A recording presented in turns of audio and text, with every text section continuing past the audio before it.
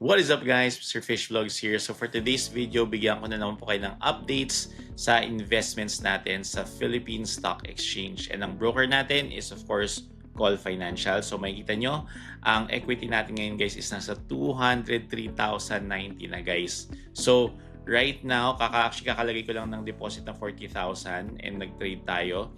So meron tayong 200,000 na po na value sa ating portfolio. Plus, makikita nyo may 3,090 tayo. Plus, meron pa tayong buying power na 998. So, that means yung total portfolio natin guys nag-profit ng 4,000. Diba? Ang ganda. So, ang goal natin guys for the end of this year, 2026, maka 1 million yung portfolio natin. And in the long run, hopefully, maabot natin yung 1 million pesos per month in passive income sa dividends natin dito sa stock market. Okay guys, panoorin nyo hanggang sa dulang video na ito. Magbigay ako ng mga tips kung paano mag-invest sa stock market and i-share ko na rin po yung journey natin dito sa stock market sa Philippine Stock Exchange. Are you guys ready? Let's go!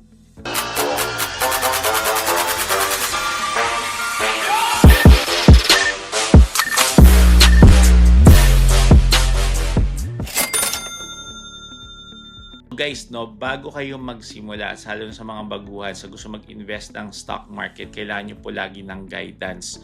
So, I highly recommend guys, sumali kayo sa Truly Rich Club. Okay, yan po yung unang-una kong dinicide bago ako sumali sa stock market kasi wala akong kaalam-alam sa stock market. Okay, yung link sa description, sa pinned comments, or dyan guys sa profile ko kung pinapanood nyo to guys sa ibang social media platforms ko guys. Okay, Truly Rich Club. Bakit? Kasi yan po yung magbibigay sa atin kung ano yung tamang stocks bibilhin, kung kailan bibilhin, at kung kailan ibebenta, at magbibigay po yan ng mga time-sensitive na updates. Katulad actually ngayon, may updates silang binigay na magdi-delist na yung isa sa mga stocks katulad nung, ito, pakita ko na nga lang sa inyo para malaman ninyo guys. Ayan, sa updates sa stock alert nila. So makikita nyo guys, March 30, no? May tender offer of RRHI or yung Robinsons na magsasell sila at a price of 48.95 per share. Okay? Tapos, kung fina-follow nyo ang Truly Rich Club dati pa, okay, most likely profit like yung sa akin, profit tayo. Makikita nyo dito sa Call Financial account ko, yung RRHI ko guys, ayan, Robinsons Retail Holdings. Profit tayo ngayon ng 7,255. Okay, pero ang kanyang price ngayon isa sa 46.55 pa. May tender offer sila bago sila mag-delist, sabi, at 48.95. Okay, so pag 48.95 na, isa-sell na po natin yan. Actually, may sinabi sila dito na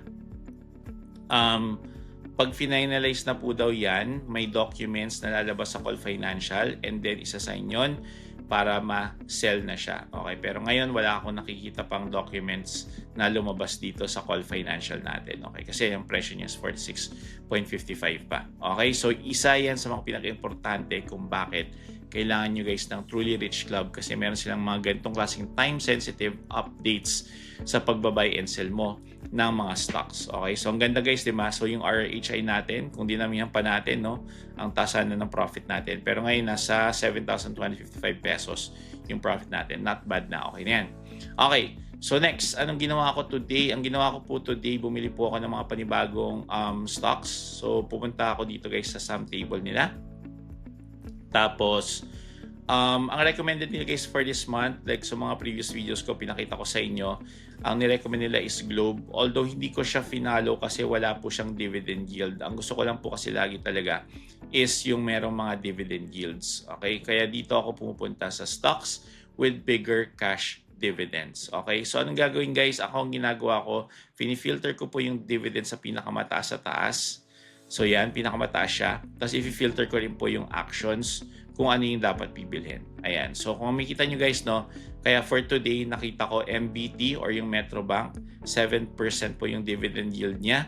Tapos yung percent niya, ito rin tinitingnan ko lagi yung percent from target price kasi the more na mas malayo siya sa target price, that means the more potential na mas malaki yung profit natin. So in this case, negative 24.14% bago natin siya ibenta. Okay, so right now is a good time to buy. Makikita nyo ang current price na sinabi ito is 66. Buy below 72.50 and lagi ko titignan, and target price na po guys is 87. Target growth is 31.82. Okay, so yan no, halimbawa yan na-decide natin na bibilhin. So like ako, yun ang ginawa ko ngayon. So sa Metrobank, makikita nyo kahit tumaas yung percentage na sa Metrobank, kanina binili ko po siya. At ang market price na ngayon is nasa 63.3, which is good, di ba? Kasi tama ba? 63 may market price. Tama. Average price is nasa 64. So makikita nyo sa TRC, that's below the price of 72.50, which is good siyang time to buy ngayon. Okay, so bumili po ako ng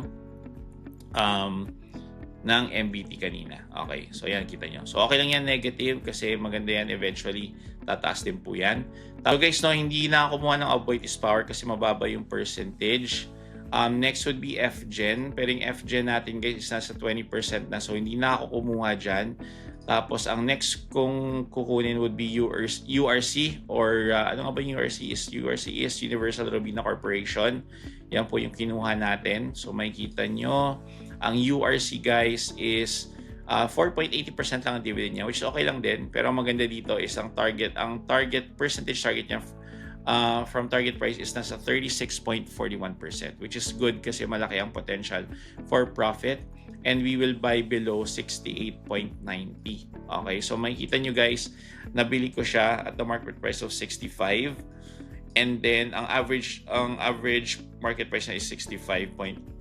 So maganda ang presyo niya to buy right now. Okay, so ayan po, makikita nyo, bumili ako ng 14,000. So ayan po. Okay, so nasa 7%, so most likely baka in the coming days bibili pa ako ng maraming URC kasi eventually magde-delist na tong RRHI, or baka pag time ko nang i-sell tong RRHI, ililipat ko siya dito sa URC. Okay, kasi yung top 3 natin is FGen, First Gen Corporation, MBT or Metrobank, Monde, hindi pala Monde, RRHI. Okay, soon nang bago mag-delist to, bibenta na natin lahat ng shares nito and most likely lipat natin sa URC. Okay, and makikita nyo yung iba natin, nandyan lang, maliliit lang yung percentage. Okay, pero maganda dito guys, grabe, nakakatuwa.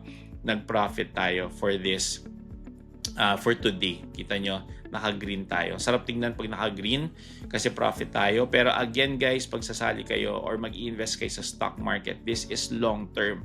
So like I said, nag-restart ako ngayong 2026. So I'm planning, so most likely 2036, 10 years time. So generally, generational wealth na po to guys. Ipapasa ko na to sa anak ko and sa pamilya ko. Okay? And the millions guys ang potential nito. So yan po yung i-goal ko na in the coming years. Okay? Kaya sabi ko sa inyo, ang goal natin for this year is 1 million pesos in our portfolio. Pero in the long run, ang gusto po talaga natin is 1 million pesos per month in dividend income. Pag kinumpute nyo yun guys, ang portfolio na kailangan ko is around 150 to 200 million. Okay?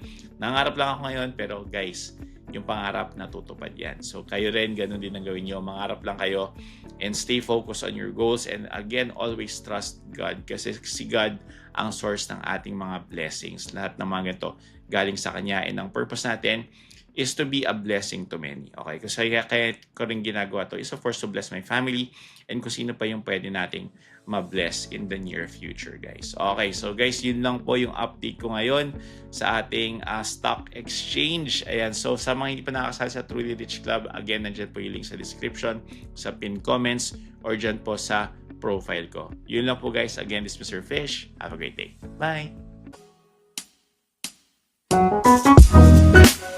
Thank you.